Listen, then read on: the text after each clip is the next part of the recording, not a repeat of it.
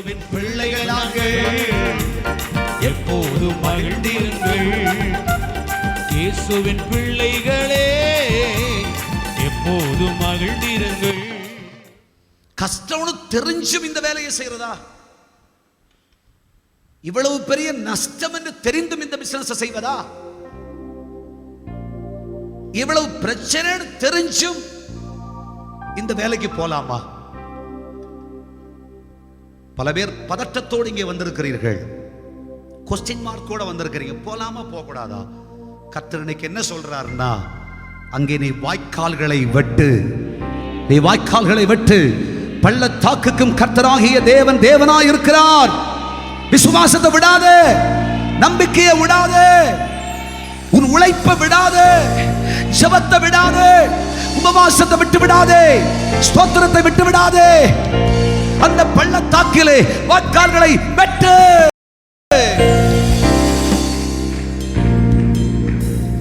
ஊழியமே வளராது அப்படின்னு சொல்லி ஆண்டாண்டுகளா வளர்ச்சியே இல்லாத ஊழியத்துல கஷ்டப்படுற ஊழியமா இருந்துச்சுன்னா சொல்றேன், வாய்க்கால்களை வெட்டு, கர்த்தராகிய தெய்வம் தண்ணீரினாலே நிரப்புவேன் என்று சொல்லுகிறார். அதெல்லாம் ஆகாது சொல்லாத. உன் விசுவாசத்தோடும் நம்பிக்கையோடும் தேவனுடைய பிள்ளையே, எவ்விடங்களில் சுவிசேஷங்கள் செல்வதற்கு வாய்ப்பில்லாமல் போயிற்றோ அவ்விடங்கள் எல்லாம், ஊரெல்லாம், தெருவெல்லாம் தேவனுடைய பிள்ளையே, கர்த்தராகிய தேவன் எனக்கு ஜனங்களை தருவார் என்ற நம்பிக்கையோடு உன் விசுவாச பிரயாணத்தை செய். உன் கால்களை வை, வாய்க்கால்களை வெட்டு.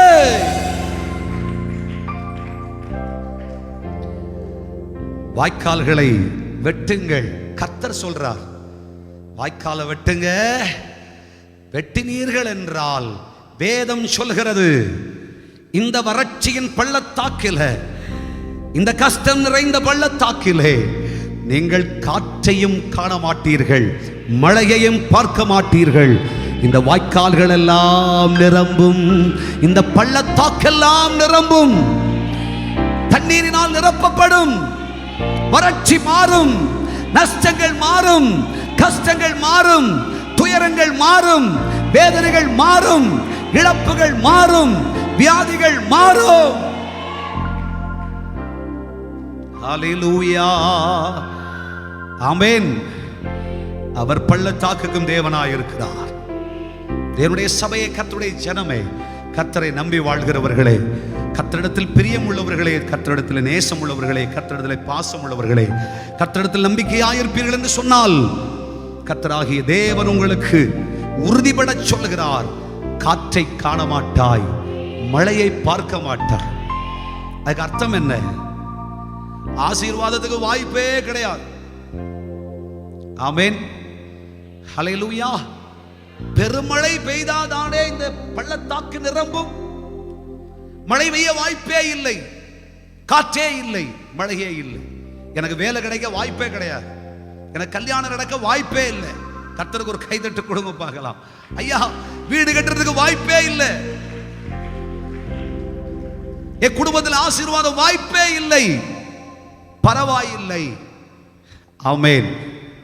உனக்கு தாங்க கர்த்தர் அற்புதம் செய்ய வல்லவராயிருக்கிறார். உனக்கு தாங்க தேவன் அதிசயம் செய்ய முடியும்.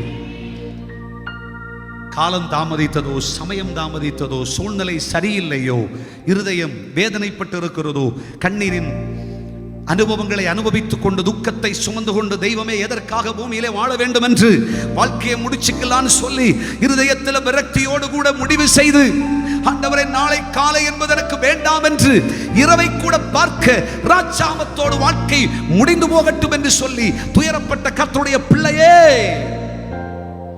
காற்றை காண மாட்டாய், மழையை பார்க்க மாட்டாய், வாய்க்கால்கள் நிரம்பும். கர்த்தர் சொல்கிறார், உனக்கு அற்புதம் நடக்கும், உனக்கு அதிசயம் நடக்கும். தொழில் ஆண்டவர் ஆசீர்வதிப்பார், பிசினஸ் கர்த்தர் ஆசீர்வதிப்பார், கர்த்தரும் வியாபாரத்தை ஆசீர்வதிப்பார். நன்மை உண்டாக போகிறது. கோடான கோடியாய் கர்த்தர் உன்னை பெருக பண்ணுவார். பள்ளத்தாக்கெல்லாம் நிரம்பும். இயேசுவின் பிள்ளைகளாக எப்போதும் மகிழ்ந்திருங்கள். இயேசுவின் பிள்ளைகளே எப்போதும் மகிழ்ந்திருங்கள்